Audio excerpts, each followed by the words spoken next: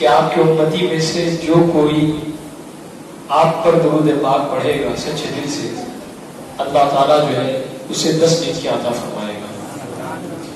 اتنا ہی نہیں 10 بلکہ فرمایا کہ اس کے 10 گناہوں کو مٹا دے گا اور پھر اس پر 10 رحمتیں نازل فرمائے گا۔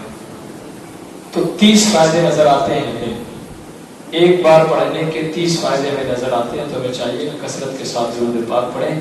اور یہ جو مہینہ جس میں ہم اور آپ سانس لے رہے ہیں، یہ عشق کے اظہار کا مہینہ ہے۔ کثرت کے ساتھ بندہ درود پاک پڑھے اور حضور علیہ السلام کی محافل میلاد منعقد کرے، ان کے ذکر کے چرچے جو ہے ہر سو کرے، اور ان کے جلوت و خلوت، ان کی سیرت طیبہ، ان کے ولادت کے ترانے ہر سو گائے۔ یہ حضور علیہ السلام سے محبت کا، ان سے سچی محبت کا تقاضا ہے۔ یہ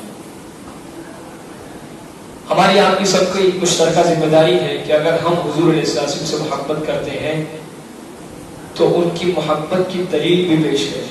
دعویٰ تو بہت لوگ کرتے ہیں، ہم بھی دعویٰ کرتے ہیں، آپ بھی دعویٰ کرتے ہیں، اور نہ جانے بہت سارے ایسے لوگ ہیں جو دعویٰ کرتے ہیں، مگر دعویٰ اسلام میں فقط دعویٰ کوئی کام کا نہیں ہے، بلکہ دلیل بھی رکھنی چاہیے۔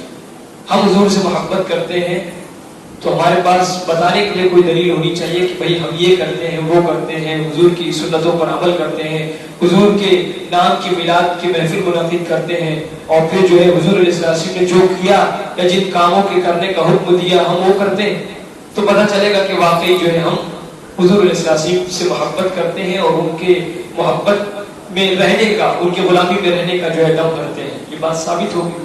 اللہ کے رسول نے فرمایا، سچی محبت کا تقاضا اللہ کے رسول نے فرمایا کہ تم میں سے ہر شخص اس وقت تک کامل مومن نہیں ہو سکتا جب تک کہ وہ مجھ سے، اپنی اولاد سے زیادہ، اپنے ماں باپ سے زیادہ، اپنے خویش اور اقربا سے زیادہ مجھ سے محبت نہ کرے۔ حضور فرماتے ہیں۔ پھر اس کے بعد جو ہے ایک روایت اسی طریقے سے ہے، حضرت عمر رضی اللہ عنہ حضور کی مجلس میں تشریف فرما تھے، صحابہ کرام تھے۔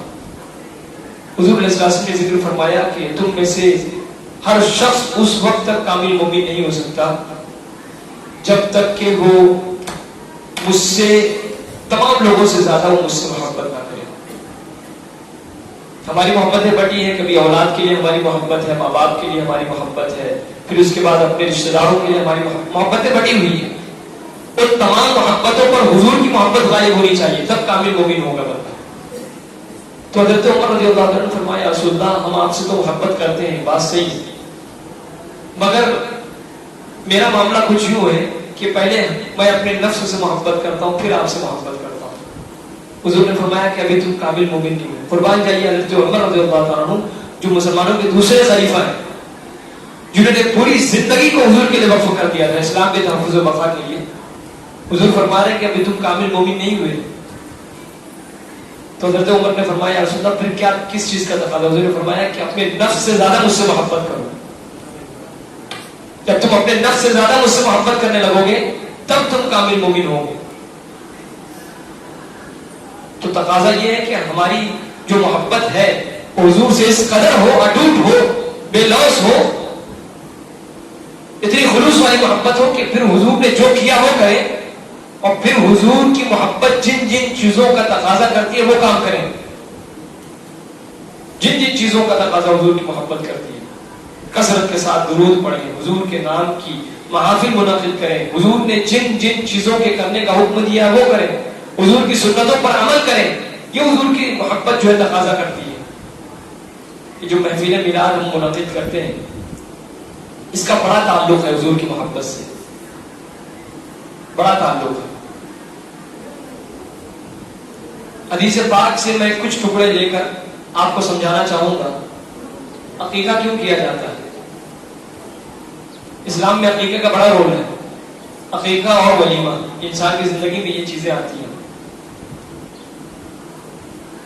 عقیقہ ولادت کے بعد کیا جاتا ہے، 7ویں دن مستحب ہے، اور نہیں تو پھر زندگی میں کبھی کرے، حیثیت نہیں رہی تو کبھی نہیں کیا تو کوئی گناہ نہیں ہے۔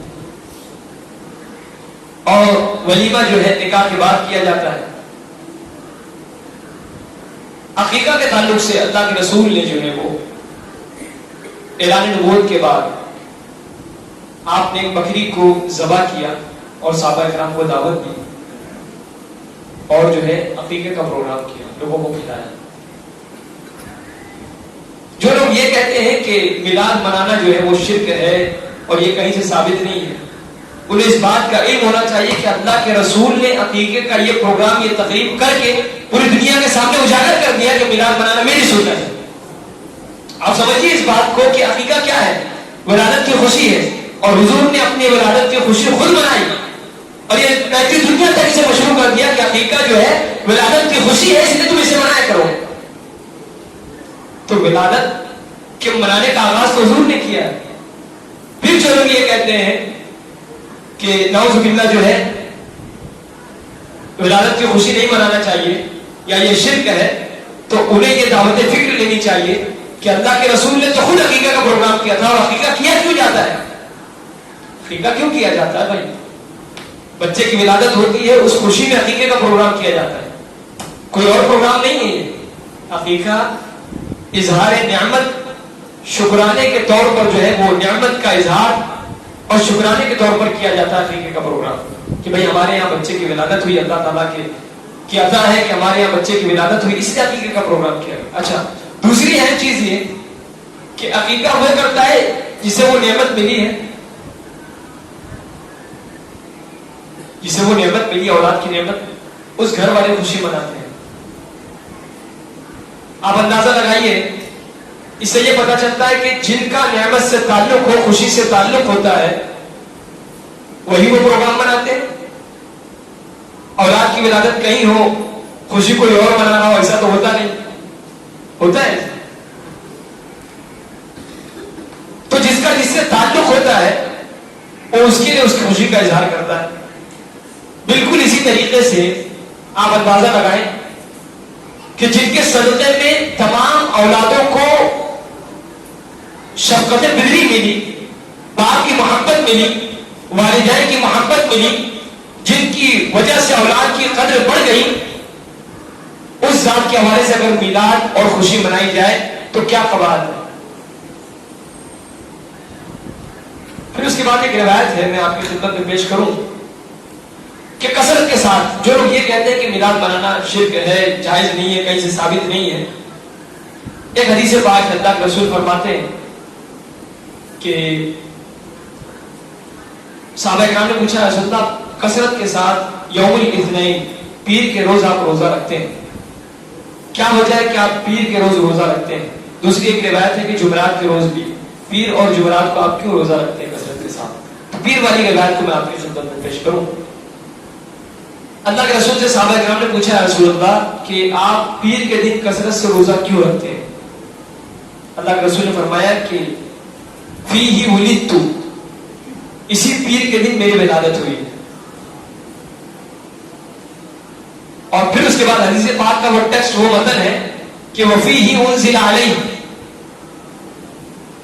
وفیہ انزل الیہ، اور اسی پیر کے دن مجھ پر آغاز وحی ہوئی۔ یہ دو روایتیں، یہ دو باتیں۔ پہلی بات پر میں آؤں کہ اللہ کے رسول خود فرما رہے ہیں کہ اس دن میری ولادت ہوئی، اس کے ولادت کی خوشی میں جو ہے روزہ رکھا کرتا ہوں۔ تو حضور نے تو خود اس بات کا اظہار فرما دیا کہ محفل میلاد منانا تو میری سنت ہے، اور حضور خود اس کے موجود ہیں، حضور خود اپنی ولادت منا رہے ہیں روزہ رکھ کر۔ تو یہ بہت ساری باتیں ایسی ہیں جسے ہم سمجھنا چاہیں تو بڑی آسانی سے سمجھ سکتے ہیں، اور اگر نہ سمجھنا چاہیں تو پھر ہزار دلیلیں پیش کی جائے سب بیکار ہے۔ محمد کی محبت دین حق کی شرط اول ہے، اسی میں ہو اگر خامی تو سب کچھ نامکمل ہے۔ اگر ایمان کی تکمیل ہم چاہتے ہیں تو حضور سے سچی پکی محبت، اور پھر جو محبت حضور کی محبت جن چیزوں کا تقاضا کرے ان چیزوں کو پورا کرنے کی کوشش کی جائے۔ ایک روایت آپ کی خدمت میں پیش کروں کہ حضرت امیر معاویہ رضی اللہ تعالیٰ عنہ اور دیگر صحابہ اکرام جو ہے مسجد نبوی میں بیٹھے تھے، حلقہ لگا ہوا تھا، دائرہ بنا کر بیٹھے تھے، اور کچھ باتیں ہو رہی تھی، اللہ کا ذکر کیا جا رہا تھا، کچھ باتیں ہو رہی تھی، دین کی کچھ باتیں ہو رہی تھی.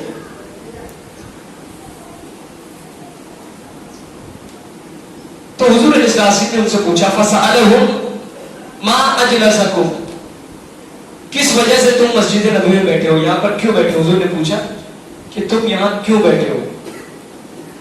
کس سے پوچھا حضور نے؟ صحابہ سے. تو اب جو ہے حدیث پاک میں یہ باتیں موجود ہیں کہ صحابہ کرام نے فرمایا کہ یا رسول اللہ جلسنا نذکر اللہ، ہم اس لیے بیٹھے تھے کہ اللہ کا ذکر کر رہے ہیں، ہم اللہ کا ذکر کرنے کے لیے بیٹھے تھے مجلس میں. پھر اس کے بعد حضور نے فرمایا کہ اللہم اجلسکم الا ذاک، کیا تم قسم کھا سکتے ہو کہ تم اسی لیے بیٹھے تھے؟ حضور نے پوچھا صحابہ سے کہ کیا تم قسم کھا سکتے ہو کہ تم اسی لیے بیٹھے تھے؟ اس کے بعد جو ہے صحابہ کرام نے فرمایا واللہ ما اجلسنا الا ذاک، یا رسول اللہ اللہ کی قسم ہم اسی لیے بیٹھے تھے، کوئی اور وجہ نہیں تھی، اسی لیے بیٹھے تھے کہ اللہ کا ذکر کر رہے تھے، اسی لیے بیٹھے تھے بس، باقی کوئی اور وجہ نہیں تھی. قال اما انی لم استحلفکم تہمۃ لکم، میں نے قسم کھانے کے لیے اس لیے کہا ہے کہ مجھے تم پر کوئی شک نہیں ہے، بس میں حلفیہ اس لیے لے رہا ہوں تاکہ اپنی بات کو اور مضبوط بنا سکوں، اپنے دعوے میں اور مکمل ہو سکوں. اے صحابہ مجھے تم پر کوئی شک نہیں ہے، تم نے کہہ دیا میں نے مان لیا.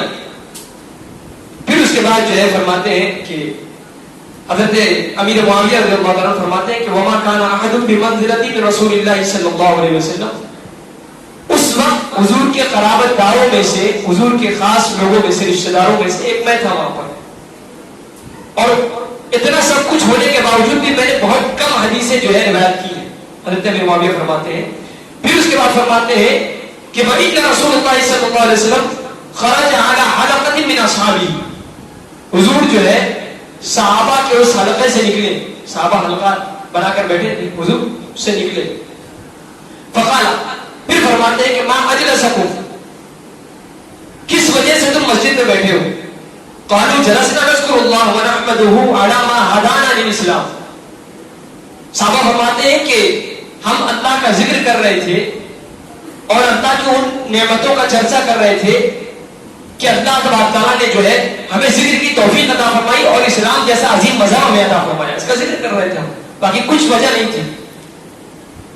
وَمَنَّ بِهِ عَلَيْنَا، اور اے اللہ کے رسول اللہ تعالیٰ نے جو ہم پر احسان کیا ہے آپ کو بھیج کر ہمارے درمیان میں، اسی کا ذکر کر رہے تھے، باقی کچھ وجہ نہیں تھی. آپ آئے، آپ کا آنا ہمارے لیے باعث خیر برکت ہوا، اسی کا ذکر کر رہے تھے، باقی کوئی وجہ نہیں تھی. ہمیں اسلام جیسا عظیم مذہب ملا، اللہ کا ذکر کر رہے تھے اور آپ کی یاد بنا رہے تھے، یہ تین باتیں ہم کر رہے تھے، باقی کچھ نہیں کر رہے تھے. اس کے بعد فرماتے ہیں کہ قال اللہم اجلسکم الا ذلک، کیا قسم کھا سکتے ہو کہ اسی لیے بیٹھے تھے؟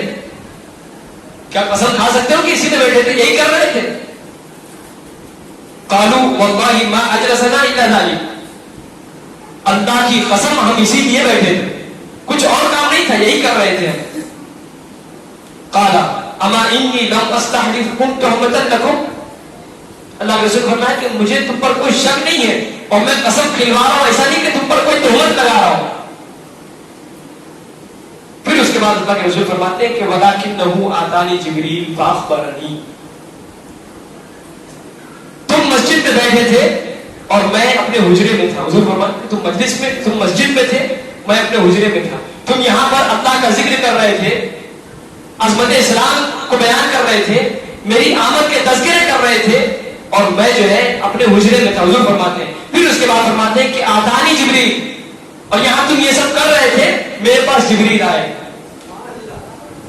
کیا کہہ رہے ہیں کہ تم یہ سب کر رہے تھے اور میرے پاس جبریل آئے. اور پھر اس کے بعد فرمایا ان اللہ عز وجل یباہی بکم الملائکہ، کہ اللہ تبارک و تعالیٰ تمہاری اس مجلس کو فرشتوں کے درمیان میں فخر فرما رہا ہے کہ دیکھو میرے صحابہ کی مجلس، کہ یہ جو ہے میرا ذکر کر رہے ہیں، اسلام جیسی عظیم نعمت پر کا چرچا کر رہے ہیں اور میرے رسول کی آمد کا اظہار کر رہے ہیں. اللہ تعالیٰ جو ہے فخر فرما رہا ہے. تم یہاں کر رہے ہو، اللہ فرشتوں کی جماعت میں کر رہا ہے تمہارا ذکر.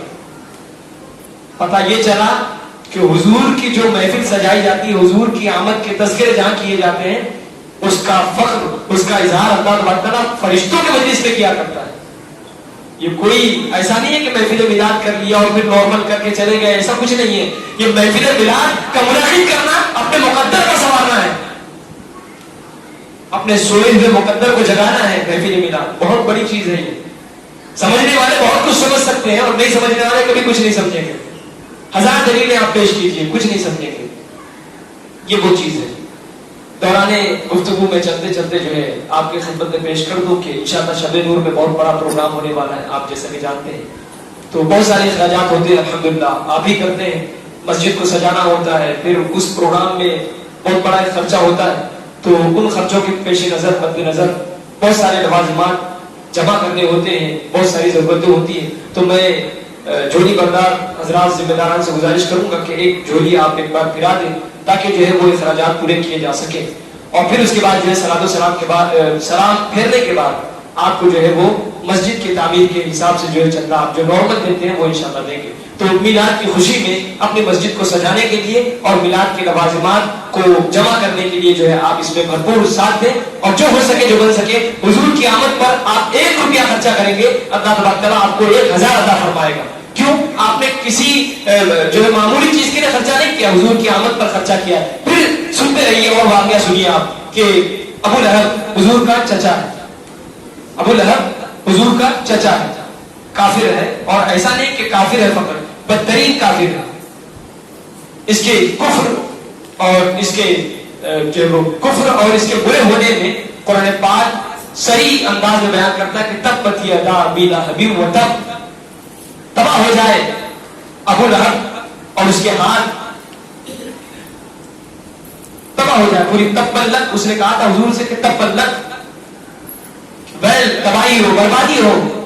رسول اللہ سے اس نے کبھی کہا تھا؟ تو قرآن پاک نے جو اس نے تو خالی کہا تھا، قرآن پاک نے اسے تو برباد کر دیا ابو لہب کو. کبھی کہا تھا ابو لہب نے؟ تو اتنا عظیم کافر ہے، اتنا بڑا کافر ہے، وہ اتنا سخت کافر ہے. حضور علیہ السلام کی ولادت ہونی تھی.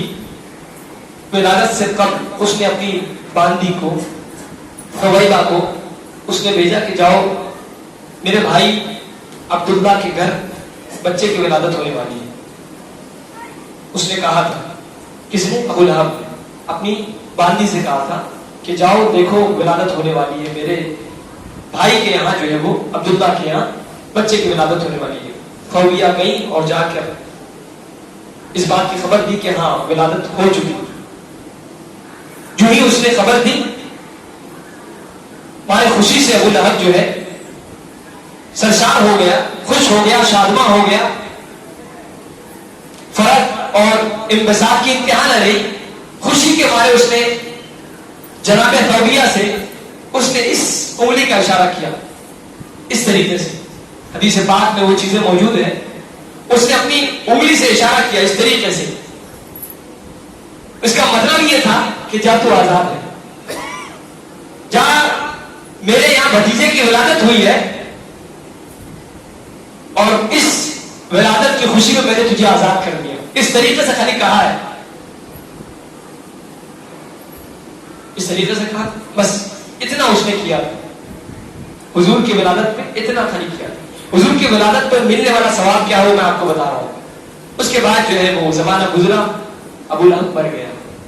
ابو لہب مر گیا، حالت کفر پر مرا. اس میں سب کا اتفاق ہے کہ وہ ابو لہب جو ہے کفر کی حالت میں مرا، مسلمان نہیں ہوا تھا. مرنے کے 1 سال بعد حضور علیہ السلام کے چچا جناب عباس اور حضور علیہ السلام کے خواب میں ابو لہب آیا. دونوں نے خواب میں دیکھا. پوچھا، جناب عباس نے پوچھا کہ کیا حال ہے تمہارا، کیسے ہو؟ اس نے کہا جب سے مرا ہوں تب سے بڑا پریشان ہوں میں، بہت پریشان ہوں. آگے آگ، پیچھے آگ، اوپر آگ، نیچے آگ، ہر طرف آگ ہی آگ. بڑی ذلت اور رسوائی کا سامنا کرتا ہوں، بڑا پریشان ہوتا ہوں. مگر ایک موقع ایسا آتا ہے پیر کا دن ایک ایسا دن ہوتا ہے میرے لیے، پیر کا دن، جس دن میرے عذاب میں تھوڑی سی کمی ہو جاتی ہے، تھوڑی سی کمی ہو جاتی ہے، تھوڑے راحت مل جاتی ہے، عذاب میں تخفیف ہو جاتی ہے۔ کہا وہ کیسے؟ تو ابو لہب نے کہا کہ اس دن جو ہے جن انگلیوں سے میں نے اشارہ کیا تھا صہیبہ کو کہ جو ہے وہ تو آزاد ہے، انہی انگلیوں سے اللہ تعالیٰ میرے لیے کچھ پانی جو ہے عطا فرماتا ہے، اس کے ذریعے سے میں اسے چوستا ہوں تو میرے عذاب میں کمی آ جایا کرتی ہے۔ تو آپ اندازہ لگائیں کہ اتنا غلیظ کافر، اتنا شدید کافر، جس کے کفر میں کسی کو شک نہیں ہے، قرآن پاک کی آیتیں پاک نازل ہو چکی ہیں اس کے کفر میں، اس کے عذاب میں گرفتار ہونے کے ثبوت میں آیت قرآن نازل ہو چکی ہے، قرآن پاک کی وہ سورہ نازل ہو چکی ہے۔ آپ اندازہ لگائیں کہ اگر وہ حضور کی ولادت کی خوشی میں اگر اپنی باندی کو آزاد کر دے اور خوشی کا اظہار کرے تو اس کافر سے تھوڑی دیر کے لیے عذاب کو ٹالا جا سکتا ہے، تو اگر ہم ایمان والے حضور کی آمد کی خوشی منائیں تو کیا ہمارے لیے ذریعہ نجات نہیں بن سکتا؟ آپ اندازہ لگائیں کتنا بڑا کافر ہے جس کے کفر میں کسی کو شک نہیں ہے، مگر اللہ تبارک تعالیٰ اسے بھی حضور کی آمد کا صدقہ عطا فرما رہا ہے، اس پر بھی رحم و کرم کی بارشیں ہو جائے کرتی ہے تھوڑی دیر کے لیے۔ تو آپ اندازہ لگائیں اگر ہم رات بھر پروگرام کریں، حضور کے نام کی محفل سجائیں، درود پاک پڑھیں، ذکر خیر کیا کریں، اور پھر اس کے بعد اللہ اور اس کے رسول کے فرامین کو بیان کیا کریں، پھر اس کے بعد جو ہے ذکر ہو، اور پھر اس کے بعد صلاۃ و سلام کے نذرانے پیش کیے جائیں، پھر فجر کی نماز ہو، اور نماز کے بعد پھر جو ہے تبرکات کی زیارت کی جائے، پھر اپنے گھر کو لوٹے، تو کیا بتائیے جو ہے ایسی مجلسیں جو ہے ہمارے لیے ذریعہ نجات نہیں بن سکتی؟ تو یہ سمجھ کا پھیر ہے۔